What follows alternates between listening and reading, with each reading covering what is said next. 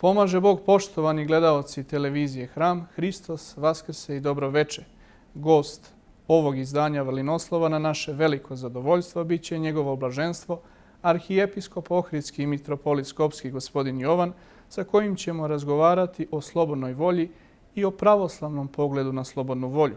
Vaše blaženstvo, Hristos vaskrse, pomaže Bog, dobrodošli i blagoslovite. Vajsino, Hristos vaskrse. Bog vam pomogao da se zdravi i živi i uspeha želim televiziji Hram koji zaista ima i do sada veliki uspeh. Amin. Hvala vam. Vaše blaženstvo, obzirom da je tema ovog izdanja Valinoslova slobodna volja, a obzirom da mnogi na razne načine govore o slobodnoj volji, ja bih voleo da naše gledaoce upoznate kakav je pravoslavni pogled na slobodnu volju. Lepo pitanje postavljate, ali mislim da slobodna volja je slobodna volja. Nema mnogo razlike da li je to pravoslavno ili rimokatoličko shvatanje ili sasvim sekularno shvatanje. Sloboda je egzistencijalni trenutak u čovekovom razvoju. Dakle, bez slobode čovek možda i nije ni sloboda, nije ni čovek. Nego pitanje možda je više kako da se razvije ta sloboda i kako da se demonstrira, odnosno pokaže ta sloboda. Jer slobodu imaju možda i biljke, i životinje, i čitava priroda ima na neki način slobodu. Ali kako mi ljudi pokazujemo slobodu, to je verovatno neki predizvik za nas, osobito teologije, ali i za sve ljude, zato što sve zanima sloboda. Sloboda je način postojanja, najlakše možda tako da kažemo, zato što nema takvog čoveka, ja bar nisam sreo, koji ne želi slobodu na jedan ili drugi način. Da li je to ispravan ili neispravan način upotrebe slobode, to je drugo. Ali želi da bude slobodan. Ja se sjećam Picasso kako je to izražavao, svoju slobodu da je postavljao oko na nozi. To je jedan način da se taj umetnik ili umetnički način da se pokaže da se ne slaže ponekad sa datošću, nego da želi da promeni tu datost. To sloboda želi. U stvari nikad se ne slaže sa nešto što je konzervativno dato, nego želi da to promeni. Ali sad u tome se možda najvažniji način izražaja te slobode je u tome da se ona na pravi put, na pravi način izrazi kako bi bila na korist i onome koji izražava i na čitavom društvu. Vaše blaženstvo, da li u Svetom pismu postoje neka određena mesta koja nas uče o slobodnoj volji? Ja mislim da čitavo Sveto pismo je u stvari neki putokaz prema slobodi. I Stari i Novi Zavet. Zato što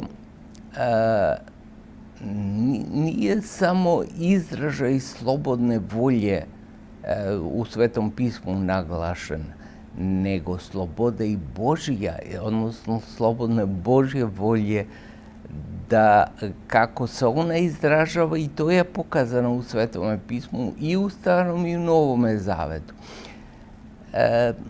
Zato mislim da treba da čitamo Sveto pismo. Svi mi, i jerarsi, i sveštenici, i laici osobito. U ovo doba moj je utisak da malo se čita Sveto pismo, više se neke druge knjige čitaju, više se filosofske teme otvaraju, ali Sveto pismo ukazuje uvek na ovo što kažete da je Bog apsolutno slobodan. A ako imamo želju da budemo slični Bogu, a to znači da budemo podobni Bogu, onda i mi treba na odnosno podoban način kao što Bog izražava svoju volju, da izražavamo i mi našu slobodnu volju. Zato najbolji način, a Sveto pismo upravo to nam pokazuje, i Stari i Novi Zavet, je kad se čovek saglasi sa Božjom voljom. Da to ne bude raznoliko, pogotovo ne suprotstavljeno, da se ne izražava čovekova volja suprotstavljena od Božje volje. To nam pokazuje i Stari i Novi Zavet. Vaše blaženstvo, ako mogu biti slobodan, pored naše volje i pored slobodne volje o kojoj govorimo, postoji volja Božija. Pa bih voleo da nas poučite u kom uzajamnom odnosu su slobodna volja o kojoj pričamo i volja Božija. Božja volja je uvek za nas na neki način tajna i sakrivena. Ta je bila, recimo, rođenje presveta Bogorodice je Božja volja, sigurno, a i rođenje Hristovo. Ali na koji se način izrazilo to? Kako je Gospod pripremio i čekao možda toliko vekova da se rodi Hristos, da bi postigao cilj tom slobodnom njegovom voljom. Kad se mi saglasimo, a ljudski rod se saglasio preko presveta Bogorodice da se rodi Hristos,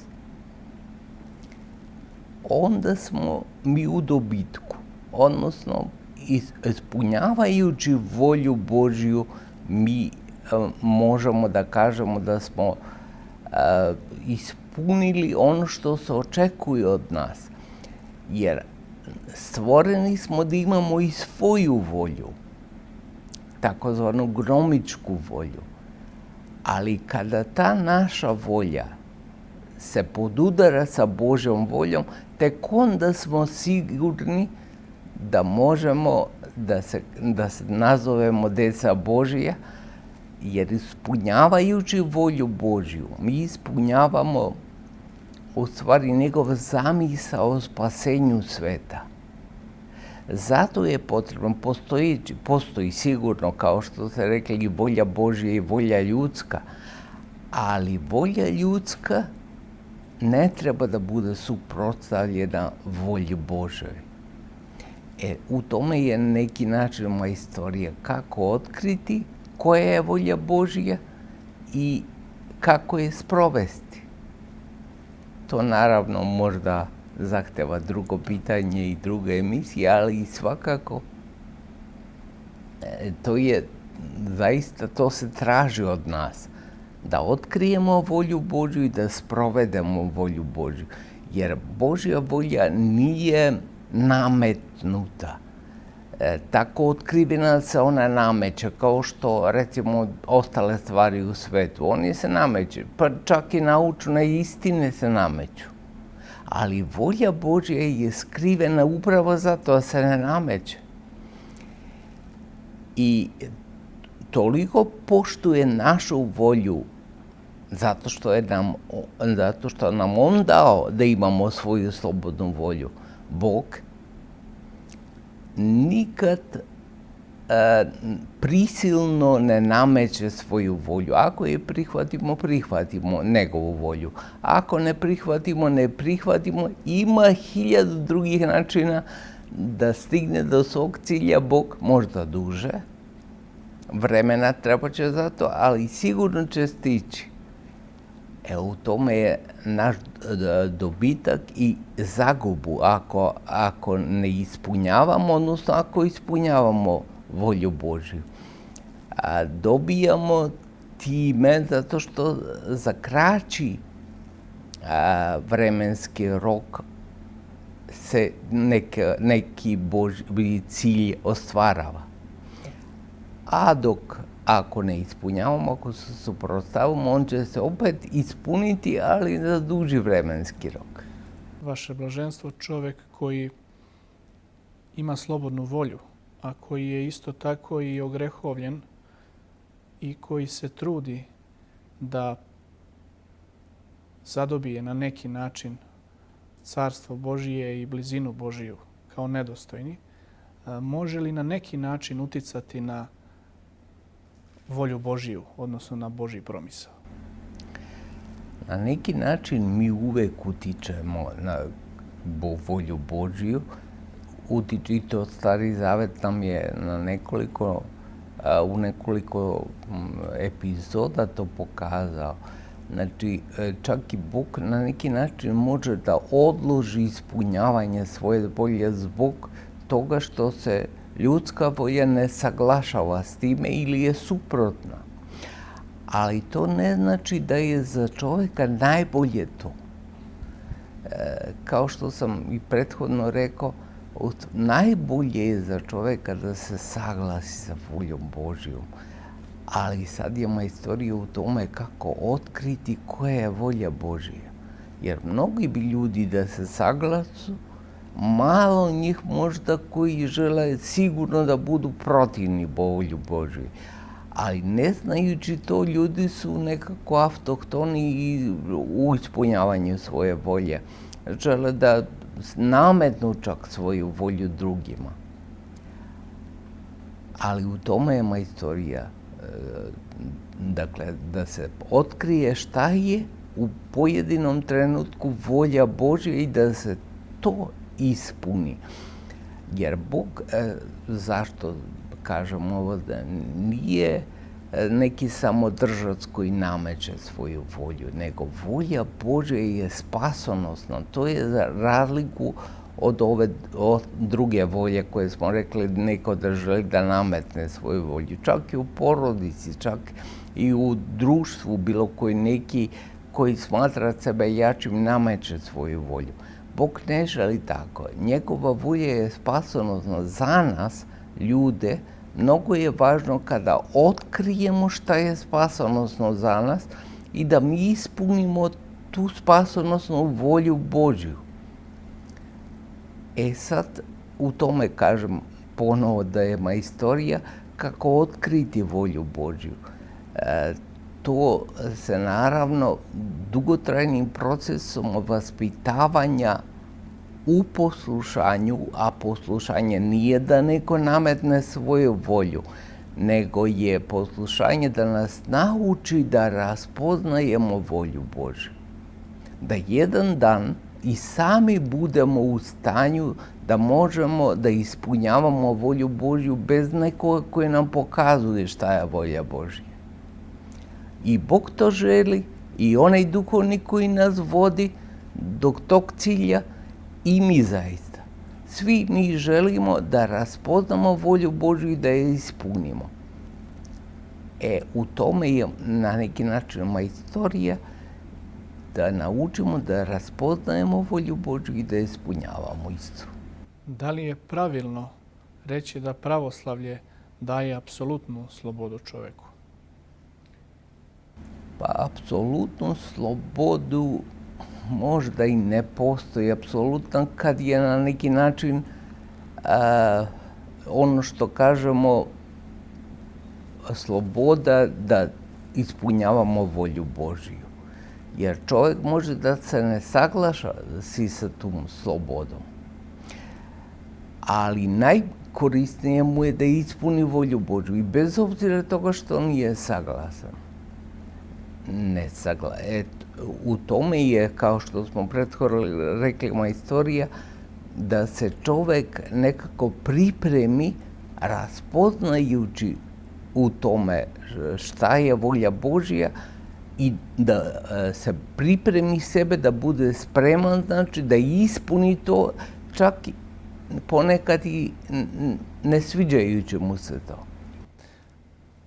Vaše blaženstvo, voleo bih da odgovorimo na pitanje koje, pretpostavljam, muči mnoge gledalce, a to je, ako govorimo o slobodnoj volji, ako pravoslavlje daje slobodnu volju čoveku, neko bi postavio pitanje kako i zašto, odnosno kako iz perspektive slobodne volje gledamo na moment da mi bivamo, odnosno mi smo kršteni dok smo bili još deca, odnosno nismo bili slovesni, odnosno nismo znali za sebe i nismo pristali na to. Kako slobodna volja gleda na to?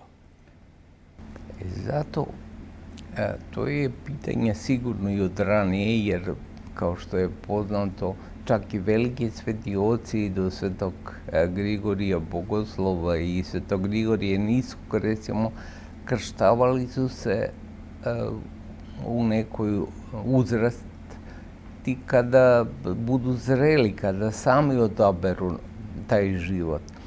Sada krštavamo i deca, decu koja ne mogu da izraze svoju volju. Ali to je zato što crkva našla neki put da jemči na neki način vosprijemnik, kako se na crkveno-slovenski zove, ili kum, kako ga popularno zovemo, onaj koji preuzima na krštenju novokrštenog i jemči da će on biti podignut u pravoslavnoj veri, a time i da mu bude na neki način predočeno šta je sloboda u crkvi i na koji način se izražava ta sloboda. Taj vosprijemnik ili kum ima zadatak da pedagoški obrazuje novokrštenog, neka to i bude dete. Zato na neki način kum se smatra duhovni roditelj i skoro je ravan sa biološkog roditelja, zato što ga obrazuje, podiže ga duhovno, da on kada ispuni neko zrelo doba, odnosno kada se, punoletstvo neko, da i samo odabere taj put slobode. Ja se sjećam, nekad su govorili da su jezuiti govorili o tome, dajte mi dete do 7 godina i da ga mi obrazujemo i da ga mi vaspitavamo, posle toga ostaćemo ga društvu. To je vrlo važno. Do 7 godina čak i naučnici danas smatraju, a upravo u tome se pokazuje uloga kuma, da može novokršteno dete da usvoji te osnove hrišćanske vere, a time i slobodu o kojoj govorimo. Vaše blaženstvo, ako govorimo o odnosu duhovnika i čoveka koji se ispoveda svom duhovniku, neki zdravorazuman svetotački stav jeste da bi duhovno čado trebalo da samostalno razmišlja, a da duhovnik bude taj koji će ga voditi na putu ka Carstvu Božjem. Međutim, postoji mnogi ljudi koji traže i žele da im duhovnik kaže određene stvari učini tako i tako. Kako iz perspektive slobodne volje vi savjetujete sve naše gledaoce da se odnose prema svom duhovniku i prema savjetima koje dobijaju od duhovnika? Pa mislim da ni Bog ne insistira da ispunimo po svaku cenu njegovu volju, nego nam daje slobodu. Upravo u tome se sastoji sloboda volje. Ako želimo da ispunimo, ali znate koliko je jači čovjek kada nešto želi i kad se saglašava sa voljom drugoga, a to je Božja volja. Nasuprot tome, ako nešto je prisilno, čovjek ima neku reakciju u sebe zašto da to učini. Pogotovo ako to se nekako ne može ni logički da objasni zašto. Zato je najbolje i uvek koristiti način kao što Bog sa nama postupa, a to je nenametljivost. Ako je nametljiva volja drugog, recimo evo vi ste pomenuli duhovnika, ako je nametljiva onda ne uzrokuje potpuno poslušanje volji Božjoj, nego poslušanje toga koji nam je na neki način promenio našu volju. Ali ako ima tu dozu da poučava i da nasoči ta volja drugog duhovnika, recimo, i da nas odvede prema volji Božoj, mi ćemo to raspoznati zato što je nenametljiva prvo. Ako je nametljiva, onda je sigurno da se ispuni to što nam drugi kaže. Ali na taj način ni Bog ne dejstvuje. Ako ne dejstvuje tako, znači nije od Boga to. Uvek treba duhovnici biti svesni da treba sa blagošću na neki način i sa predlogom, ostavljajući ličnu slobodu, da navode svog duhovnog čada prema volji Božjoj. Da ga sam raspozna, jer smisao nije da mi do beskraja imamo neko koji nam kaže šta je Božja volja, šta nije, nego da sami otkrijemo šta je volja Božja. U tome možda se razlikuju ljudi. U tome se i razlikuje dobar duhovnik od lošeg duhovnika. Da li nameće svoju volju ili usmerava duhovno čado prema volji Božjoj.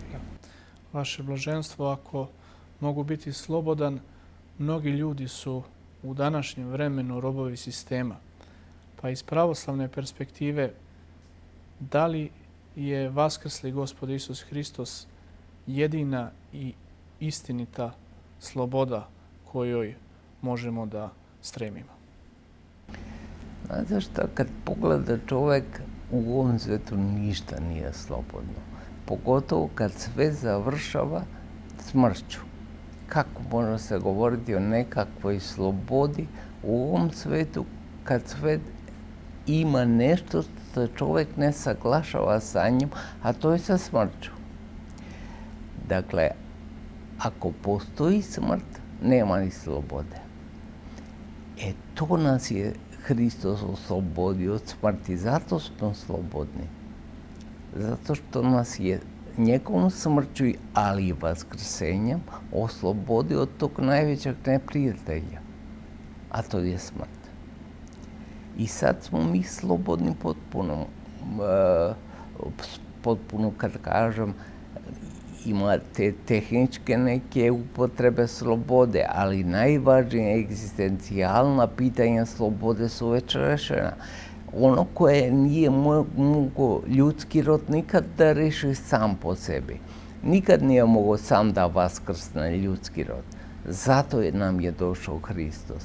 Zato je se oplotio, zato je živio kao čovek, zato je stradao i zato je vaskrsao. Da nam otvori jednu novu perspektivu slobode, da je sloboda prava, sloboda od smrti.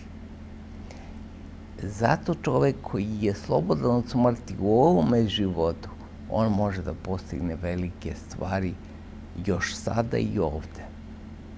Zato što ga ništa ne pritešnjava, nema više te rušilačke snage. Smrt nema više te rušilačke snage. Kao što ima kod ljudi koji ne veruju i koji smatraju da im je smrt zadnja stanica. Čovjek koji ne veruje u tome je slobodan u ovome svetu. A slobodan biti, najvažnije znači biti slobodan od smrti.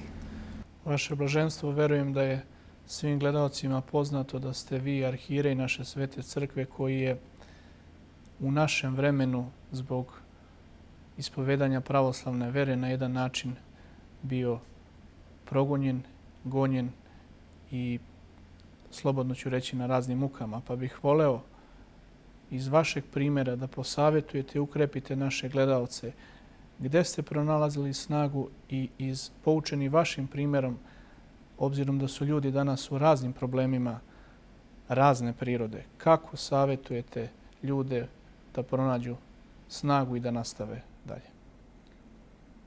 Pa mislim, čitavu emisiju smo govorili o slobodu, ali evo još jedan put da naglasim. Kad čovjek sebe smatra da je vaskrso u ovom životu, da je vaskrso iz mrtvih, odnosno da smrt nema snage nad čovjeka. On živi drugim postojanjem, drugim životom. Njemu je važna izgleda volja Božja mnogo više od onoga koji nije raspoznao. To je najvažnije, prevazići smrt u ovome životu. Zato egzistencijalna potreba svakoga je, ako stigne naravno do te tačke, egzistencijalna potreba je da izrazi svoju slobodu na način izvan smrti. Znači, kao da smrt ne postoji. A ako može, to se čini vaskrsenjem, u stvari verom u vaskrsenje. Ako može još u ovome životu da ima takvu veru u vaskrsenje, da ni podaštava smrt na taj način, kao da ona ne postoji. Ona ne postoji, ali da je pobeđena već, onda izražava na drugi način svoju slobodu, odnosno izražava je kao volju Božju. Sad, ovo što vi kažete, jedino za crkvu, zato što nudi ovakav način slobode, vredi se žrtvovati. Inače, svaki drugi bi želeo možda da pokori našu slobodu i da bude on apsolutno slobodan i nad nama. Ali kada mi imamo perspektivu kao što je imamo vaskrsenjem, onda mislim da to postaje motiv posle da može čovjek i podneti žrtvu ako treba, samo za dobrobit crkve, zato što to ostaje, to ulazi u večnosti. Možda na neki način i drugo ulazi u večnost, ali sigurno crkva ulazi u večnost. Crkva i odnosi koji stvaramo međusobno u crkvi. To je možda najvažnije što i mene potiknulo i ono što preporučujem i ostale ljude da nekako prožive to, da je najvažnije ispuniti volju Božju. Ako je volja Božja da se reši raskol, kao što se rešio, onda malo nam je žrtvovati jedan život. Ako ima i više života, žrtvovati i više, zato što je to važno i za Boga. To savjetujem, što kažete i vaše gledaoce, u stvari da stignu da raspoznaju volju Božju i da je sprovede. Ponekad je teško, nije lako uopšte sprovesti volju Božju. I da ne tešim nikoga s ove tačke sad da je to lako, ali s druge strane jedino najbolje, zato što Bog jedino zna da prizna teškoće i zna u kojima smo mukama bili dok ne ispunimo njegovu volju. Pa opet stižemo na početak da je najvažnije ispuniti volju Božju. Kad to nekako dobijemo prosvetljenje za to i kad otkrijemo volju Božju, a to otkrivamo polako, kao što smo rekli, onda je najvažnije sigurno ispuniti volju. Vaše blaženstvo, voleo bih da naše gledaoce poučite na koji način i kako treba upražnjavati pojedinačnu molitvu, odnosno kako vi savjetujete naše gledaoce da se mole. Sad su me podsjetili, mi se kratko molimo: Gospodi Isuse Hriste, pomiluj mene grešnoga. U ovom kontekstu emisije ja mislim, izvinite to što ja kažem da i ja mislim, ali mislim da nije pogrešno da se molimo i na to, Gospod da bude volja Tvoja, Gospod da bude volja Tvoja. I to da ponavljamo i to da postane naš život. Jer nikad nećemo pogrešiti. Biće nam možda i teško kad ispunjavamo volju Božju, kao što smo rekli ranije, ali nikad se nećemo pokajati zbog toga. Kao što možemo da se pokajemo zbog 1000 drugih stvari koje pravimo u životu. A ispunjavajući volju Božju, to je najbolje za svakog od nas. Jer Bog ima plan kako da nas dovede svakog od nas i sve zajedno u Carstvo Božje. Ako On ima plan, ništa nam drugo ne preostaje bolje od toga nego da se saglasimo sa tim planom. Ne mislim bar ja da možemo mi bolje smisliti od to što Bog će urediti i na koji način će to urediti. Vaše blaženstvo i za sam kraj ovog poučnog razgovora zamolit ću vas da naše gledaoce ukrepite sa duhovnim rečima i posavjetujete kako da naše srce postane slobodno od zemaljskih briga. Pa najbolje sad i za to treba pedagogika, naravno ne može se odmah stići do toga, ali najvažnije da prepustimo sebe i svoj život Bogu. To je vrlo teško, jer čovjek osobito izvan crkve želi da, i to čujemo, to je moj život, kažu pojedinci, ja ću to uraditi, imam odgovornost za to, ali to govori kroz njih sladostrašće samo. Jer takvi ljudi nikad ne bi napravili nešto što možda uzrokuje teškoće za njih. A ponekad, kao što smo rekli, ako čovjek ispunjava volju Božju, život može da bude i težak u tom ispunjenju. Zadovoljstvo je u tome samo što je ispunjena volja Božja, a ne u tome što mi smo dobro i lagodno živjeli u ovom životu. To kad raspoznamo, mislim da drugačije shvatamo cilj života.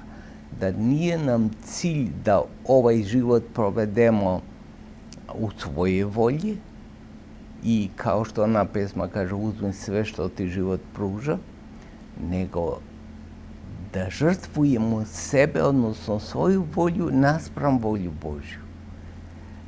Ako se suprotstavlja, dakle, naša volja, volja Božja, ako mi mislimo da je nešto za nas lagodnije nego što nam to sugeriše volja Božja, da se odreknemo od sebe, to je vrlo teško.